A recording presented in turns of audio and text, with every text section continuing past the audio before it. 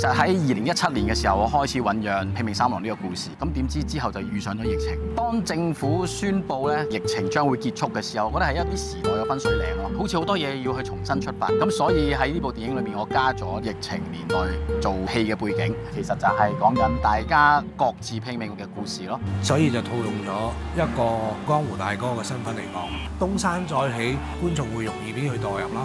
香港好多人仲係停留緊咧，以前80、90年代或者會有好多發達嘅機會啊，我哋係要咩都有咁樣。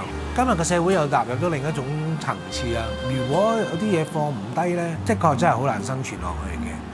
呢個社會好似都有好多呢啲對世界啲迷失嘅人，好似好普遍，已經唔知自己目標要做咩啦，變咗亂咁慢中揾咯，有種無力感喺度啦，或者係放棄咗咯。但係你其實有啲夢想想做嘅時候咧，真係要透過不斷嘅努力，或者嘗試下挑戰自己，會唔會選擇行出呢一步？